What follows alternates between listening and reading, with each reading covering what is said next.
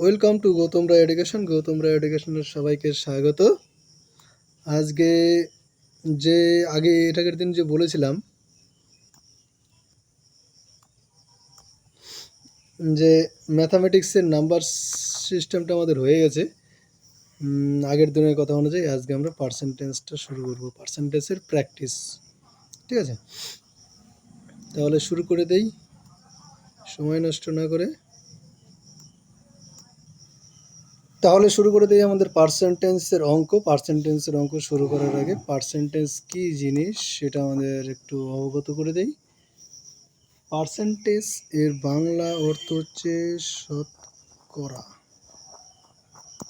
শতকরা মানে হচ্ছে একশোতে কত, শতকরা মানে হচ্ছে একশোতে কত হচ্ছে সেটাই আমাদের শতকরা। ধরো 10% মানে একশোতে 10, একশোতে 10। যদি বলে 10% বৃদ্ধি, 10% বৃদ্ধি,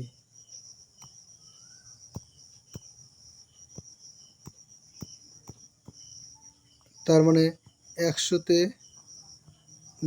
10 টাকা বেড়েছে, তার মানে বেড়ে হয়েছে 110। এবার যদি উল্টোটা বলে 10% কম বা হ্রাস, 10% হ্রাস, এই কথাটার অর্থ হচ্ছে একশোতে 10 মাইনাস যাবে, তার মানে সেটা হবে হচ্ছে 90। এই সিম্পল ধারণার উপরে পুরো অঙ্কগুলো হয়ে যাবে আমাদের। ঠিক আছে,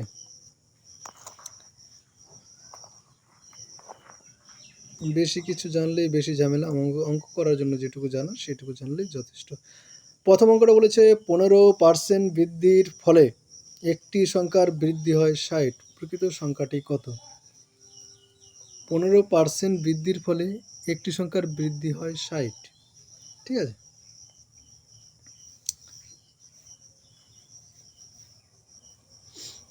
তার মানে 15 টাকা বৃদ্ধি পেয়েছে কত টাকায়? 100 টাকায়। এটা আমাদের ক্লিয়ার, 15% বৃদ্ধি মানে এটা। কিন্তু 15 আগে লিখলাম, 100 টাকায় 15 টাকা বৃদ্ধি পেয়েছে, ওটাও তো লিখতে পারতাম, কিন্তু কেন লিখলাম না? কারণ আমাদের এখানে বৃদ্ধিটা দেওয়া আছে, তাই বৃদ্ধিটা বাম দিকে রাখলাম, এরপর এখান থেকে ঐকিক নেমে ফটাফট করে ফেলবো। ঠিক আছে, এটাই আমাদের মনে মনে এটাই ইচ্ছা। 15 টাকা যদি 100 টাকা বৃদ্ধি পায়, মানে 15 টাকা বৃদ্ধি পেয়েছে 100 টাকায়, এরকম মনে মনে হিসাব করে নিতে হবে। তাহলে আমাদের 60 টাকা বৃদ্ধি পাবে কত টাকায়? তাহলে 100 গুণিত 60 উপরে চলে যাবে, আর এই 15টা চলে আসবে নিচে, 4 হয়ে গেল 400। এখানে কোনো শর্টকাটের অ্যাপ্লাই করার দরকার নেই, কারণ যত শর্টকাট করবে তত ভুল হওয়ার সম্ভাবনা কিন্তু বেড়ে যাবে। কারণ আমাদের শর্টকাটগুলো আবার এক্সট্রা করে আমাদের মনে রাখতে হয়। শর্টকাট করবো না, আমরা প্রকৃত যে অঙ্কটা আছে সেইখান থেকেই আমরা তুলে নিয়ে আসবো। তাহলে অপশন নম্বর কোনটা হলো? আমাদের এই যে দাগানো আছে পুরোনো বই, তার জন্য দাগানো আছে। দাগানো আছে কি নেই ওটা বড় ফ্যাক্টর না, আমাদের মেন ফ্যাক্টর হচ্ছে অঙ্ক শেখা। অঙ্কটা আমরা শর্টকাটে পরীক্ষার সময় করতে পারবো কি এইভাবে, সেটা আমাদের প্র্যাকটিস করা। আসন্ন গ্রুপ ডি এবং রেলের অন্যান্য পরীক্ষাগুলো, সেগুলোতে আমাদের ভালো ফল করতে হবে, কারণ রাজ্য সরকার এমনিতেই খুব অনেক দিন পর আর কি ভ্যাকান্টগুলো ছাড়ছে, তার জন্য আমাদের একদম পোক্ত প্রিপারেশন দরকার। এবার 2 নম্বরটা দেখি। 2 নম্বরটা হচ্ছে 12% বৃদ্ধির ফলে একটি বইয়ের দাম 19.2 টাকা বৃদ্ধি পায়, বইটির বর্ধিত মূল্য কত? প্রথমেই বলো 12% মানে কি। আমি কয়েকটা জিনিস, 3টা জিনিস সম্পর্কিত করে দিয়েছি। 12% মানে 12 টাকা বৃদ্ধি পেলে হবে সেটা 112 টাকা, 112 টাকা হবে। 12% মানে এটা যে 12 টাকা বৃদ্ধি পেলে 112 টাকা হবে। এখানে 12 টাকা বৃদ্ধি আর এখানে 112 টাকা কেন ধরলাম? কারণ আমাদের বর্ধিত মূল্যটা বলেছে। বর্ধিত মূল্য কত? 12% যদি কোনো একটা জিনিসের দাম বৃদ্ধি পায়, তাহলে বর্ধিত মূল্য কত হবে? 12% মানে কি বলেছিলাম? 12% মানে এইখানে 100 টাকার জিনিস বেড়ে হবে 12 টাকা বাড়বে। 12 টাকা যদি বাড়ে 100 টাকার জিনিস, 100 টাকার জিনিস যদি 12 টাকা বাড়ে, তাহলে আমাদের বর্ধিত মূল্যটা কত হলো? 112। এইটাই সিম্পল। এই কথার কায়দার মধ্যে দিয়ে কিন্তু পুরো অঙ্কটা হয়ে যাবে আমাদের, আর কিছুই নাই। এইটুকু প্যাচ শুধু আমাদের মাথার মধ্যে সেট করে নিতে হবে যে কোথায় কোনটা ধরবো। যেহেতু 19.2 টাকা বৃদ্ধি পেয়েছে, এখানে 12 টাকা বৃদ্ধি পেলে সেটা হয় 112 টাকা। তাহলে 19.2 টাকা বৃদ্ধি পেলে সেটা কত হবে? 112-র সঙ্গে শর্টকাটে এবার করছি। মেন ফ্যাক্টরটা, মেন অঙ্কটা আমাদের মাথার মধ্যে চলছে। এটা হচ্ছে ম্যাথামেটিক্সের ইমাজিনেশন, মানে বিউটি অফ ম্যাথামেটিক্স। মাথার মধ্যে চলছে, কিন্তু আমার অঙ্কে শুধুমাত্র যেটুকু করার দরকার সেটুকুই আমরা করবো। এখানে চলে আসলো 19.2 আর নিচে চলে আসবে 12। এই পয়েন্টটা ওঠানোর জন্য এখানে লিখলাম একটা 10, 12 দিয়ে এটাকে যাবে কাটাকাটি, তাহলে হয়ে যাবে আমাদের 16। তাহলে কত আসলো? উপরে আসলো 112, 112 ইন্টু 16, নিচে আসলো আমাদের 10। দেখি ক্যালকুলেটর ইউজ করি কত হয় আমাদের। 1 1 12, যদিও তোমরা এটা গুণ করবে, 16 ঘরের নাম তো একবার করে দিলেও হবে, একবার করেই দিই, ক্যালকুলেটর আর ইউজ করবো না। 16 দুগুণে 32, দেখলে 2, শেষে 2 এসছে, এদিকে আরও আসবে। অপশন কোনটায় শেষে 2 আছে? Option number C. করার দরকার আছে কি আর কিছু? পুরো গুণটাই করার দরকার নেই, আবার 10 দিয়ে ভাগ, কোনো কিছুর করার দরকার নেই। সি চলে আসলো। এই শর্টকাটগুলো যেটা আমাদের অঙ্ক কিন্তু করার হাত থেকে বাঁচাবে এবং আমাদের সময়টাকে কিন্তু বাঁচাবে। অপশনগুলো আমাদের এক চোখে অপশন, এক চোখে অঙ্ক। ঠিক আছে, পরেরটা শুরু করি।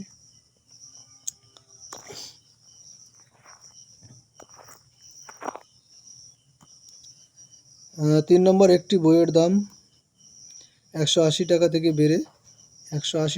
বেড়ে 216 টাকা হলো। বইটির দামের বৃদ্ধির হার কত? 100 টাকা বইয়ের দাম বেড়ে হয়েছে 216। কত টাকা বৃদ্ধি পেল কত টাকা? 216 থেকে 180 বিয়োগ করলে এদিকে 20, এদিকে 16, 20 16 36। 180 টাকায় বৃদ্ধি পেল 36 টাকা। ঠিক আছে, ক্লিয়ার। তাহলে আমাদের 100 টাকায় কত বৃদ্ধি পাবে সেটাই হচ্ছে আমাদের এই চলে আসবে। 100 টাকায় কত বৃদ্ধি পাবে? তাহলে 100 টাকায় কত বৃদ্ধি পাবে? তাহলে আমার পার্সেন্টেজ বের করতে বলেছে, বৃদ্ধির হার মানে পার্সেন্টেজ। আর প্রত্যেকটা উত্তরে দেখো পার্সেন্টেজ করে দেওয়া আছে। উত্তর দেখে আমাদের বুঝতে হবে, অপশনগুলো দেখে বুঝতে হবে। আর নিচে আছে 180, একটা শূন্য কেটে গেল, 18 দুগুণে 36, 2 20, চলে আসলো অপশন নম্বর এ। আগে থেকে দেখানো থাকলেও কনফিউশন নট, আমরা অঙ্কটা শুরু করার চেষ্টা করব। এইটুকুই অঙ্ক ছিল। নেক্সট, এবার আর এত করে বোঝাবো না, শুধু অঙ্কগুলো করব, তোমরা আমার সাথে সাথে প্র্যাকটিস করতে থাকবে এবং নিজেরাও বাড়িতে প্র্যাকটিস করবে। দুটি সংখ্যা তৃতীয় একটি সংখ্যার থেকে 20% এবং 25% কম। প্রথম সংখ্যা দ্বিতীয় সংখ্যার থেকে শতকরা কত শতাংশ কম? ধরে নিলাম 3 নম্বর সংখ্যা 100, তাহলে এখানে চলে আসলো প্রথম সংখ্যা 20% কম, মানে কি 20 কম হবে, সংখ্যাটা হয়ে যাবে 80। দ্বিতীয় সংখ্যা 25% কম, হয়ে যাবে 75। তাই তো বলেছে প্রথম সংখ্যা দ্বিতীয় সংখ্যার থেকে শতকরা কত কম।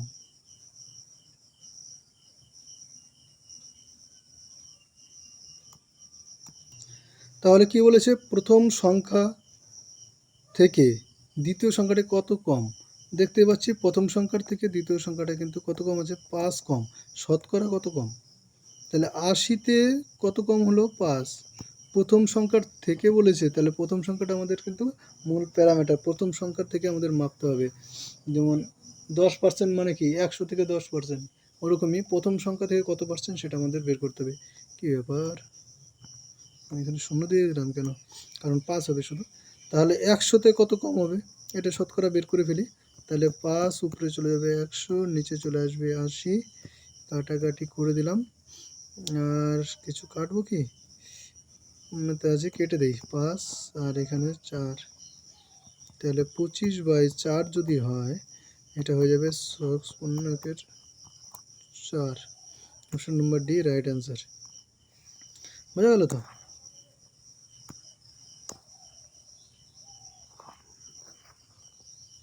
নেক্সট অঙ্ক 5 নম্বর। বাস ও ট্রেন ভাড়া ট্যাক্সি ভাড়ার থেকে 50% ও 60% সেম কোয়ালিটির অঙ্ক, একদম সেম টু সেম। ট্রেন ভাড়া প্রথমে যদি ধরি, ট্যাক্সি ভাড়াটা আমাদের ফিক্সড আছে এখানে, হ্যাঁ, টিতে ট্যাক্সি, ট্যাক্সি ভাড়া যদি 100 টাকা ধরি, বাস ভাড়া 50% কম মানে 50 টাকা।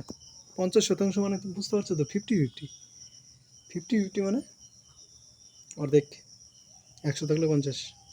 তারপরে ট্রেন হচ্ছে 40% কম, তাহলে 100 টাকা 40 টাকা কম। 100 টাকা যদি 40 টাকা কম হয় তাহলে কত থাকলো? 60। ট্রেন ভাড়া বাস ভাড়া শতকরা কত? ট্রেন ভাড়া বাস ভাড়ার শতকরা কত? বাস ভাড়ার কত? বাস ভাড়ার সাপেক্ষে ট্রেন ভাড়া আমাদের বের করতে হবে। বাস ভাড়া 50 টাকা হলে ট্রেন ভাড়া হচ্ছে 60 টাকা। বাস ভাড়া 100 টাকা হলে ট্রেন ভাড়া কত হবে? 120 টাকা। এটাও ডবল হয়ে গেল, এটাও ডবল করে দিতে হবে। সিম্পল ব্যাপার, অঙ্ক করার দরকার আছে কি? নাই। নেক্সট অঙ্ক 7 নম্বর, 6 নম্বর।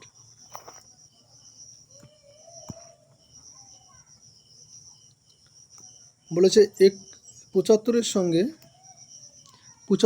সঙ্গে কোন সংখ্যার 75% যোগ করলে উত্তর সেই সংখ্যাটি হয়? সংখ্যাটি কি আমাদের বের করতে হবে। 75-এর সঙ্গে যোগ করতে বলেছে কোনো একটা সংখ্যা 75%।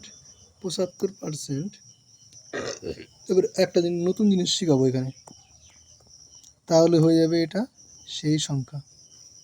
এটা আমাদের সমীকরণ। 75-এর সঙ্গে কোনো একটা সংখ্যা এক্সের 75% যোগ করলে ওটা ইকুয়াল টু হয়ে যাবে সেই সংখ্যা। একটা ছোট জিনিস শেখাই, সেটা হচ্ছে কোনো একটা জায়গায় এক্স পার্সেন্ট আছে, পার্সেন্টেজ মানে এটা মানে হচ্ছে 1/100, এক্স পার্সেন্টেজ আছে, ঠিক আছে, মানে 100 দিয়ে ভাগ করলে সেখানে আমরা পার্সেন্টেজ পেয়ে যাই। মোট কথা এটা 100 দিয়ে ভাগ করলে আমরা পার্সেন্টেজ পেয়ে যাই, আর পার্সেন্টেজ উঠাতে গেলে আমাদের 100 দিয়ে ভাগ করতে হয়। এটা আমাদের একদম সিম্পল ভাষায় মনে রাখবে। কোনো একটা জায়গায় পার্সেন্টেজ আনতে গেলে 100 দিয়ে ভাগ করতে হবে, আর কোনো একটা জায়গায় পার্সেন্টেজ থাকলে সেটা উঠাতে গেলে 100 দিয়ে ভাগ করে দিতে হবে। 100 দিয়ে ভাগ করলে পার্সেন্টেজ চলে আসবে। তাহলে এখানে আমরা মেন অঙ্কে চলে আসি। এখানে 75 যোগ এক্স, 75x হবে অ্যাকচুয়ালি, আর নিচে পার্সেন্টেজটা উঠিয়ে দিলে 100 ইকুয়াল টু এক্স। এখান থেকে যদি ক্যালকুলেশন করি 75 ইকুয়াল টু এক্স বলাগুলো সব ডান দিকে নিয়ে গেলাম, হ্যাঁ, তাহলে এখানে চলে আসবে এক্স মাইনাস 75x/100। এটা ক্যালকুলেশন করলে নিচে 100, উপরে হচ্ছে 100x মাইনাস 75x চলে আসলে এখানে 25x/100। 100টাকে ডান দিকে 75-এর সঙ্গে গুণ করে দিলে আমাদের হয়ে যাবে এখানে 7500। আর আগে গুণটুন করবো না, গুণ করার আগে আমরা কেটে দিই 4 75-এ। এবার এক্স ইকুয়াল টু চলে আসবে, এই 4টা গুণ হয়ে যাবে 75-এর সঙ্গে গুণ হয়ে যাবে 4 75 আমাদের হয়ে যাবে 300। তাহলে সংখ্যাটা হবে 300। অপশন নম্বর ডি রাইট আছে। বোঝা গেল তো কত সিম্পল অঙ্কগুলো? শুধু মাথাটা ঠান্ডা করো আর অঙ্ক প্র্যাকটিস করো আর রেল ক্র্যাক করো। আমি কোনো বড় সংস্থা চালাচ্ছি না, আমার ছোট ইউটিউব চ্যানেল, আর একদম ঘরোয়া পদ্ধতিতে ঘরোয়াভাবে টিউশনের মতো পড়িয়ে যাই। আশা করি তোমাদের কাজে লাগবে, প্রচুর কাজে লাগবে এগুলো। দেখতেই পাচ্ছ খুব একটা সেট আপ নেই আমার। পেজগুলোকে আমি পিডিএফ করে এখান থেকে কেটে স্ক্রিন রেকর্ডিং দিয়ে করি ক্লাসগুলো। আর এই পর্যন্ত থাকলো, এরপর দিন আমি 7 নম্বর অঙ্কটা করাবো। খুব সিম্পল অঙ্ক আছে। লাইক করে দিও সবাই, আর নতুন যারা আছো, নিউ যারা আছো, তারা সাবস্ক্রাইব করে দিও, তোমাদেরই কাজে লাগবে অঙ্ক। আর যারা বড় বড় কোচিং সেন্টারে ভর্তি হতে পারছো না, কোচিং নিতে পারছো না, তারা আমার এখান থেকে অঙ্কগুলো একদম গোড়া থেকে শিখতে পারবে। একদম গোড়া থেকে অঙ্কগুলো শিখতে পারবে। আমি রিজনিং এবং জেনারেল সায়েন্সের ক্লাস করাবো। আপাতত একটা দুটো করে করাচ্ছি, এরপরে শুরু করবো জেনারেল সায়েন্সটা। ম্যাথ শেষ হয়ে গেলে জেনারেল সায়েন্সটা করবো। আর রিজনিংটা কন্টিনিউয়াসলি হালকা পাতলা থাকবে, সপ্তাহে 2-3টা করে ক্লাস। তোমরা 2-একটা প্র্যাকটিস করবে, ঠিক আছে? তোমাদের বাড়ির কাজ আমি দিয়ে দিচ্ছি, 10 পর্যন্ত তোমরা চেষ্টা করে আসবে। না পারলে আমি করে দেবো। আর কোনটা কোনটা পারছো না সেটা আমাকে বলে দিও। থ্যাংক ইউ সবাইকে।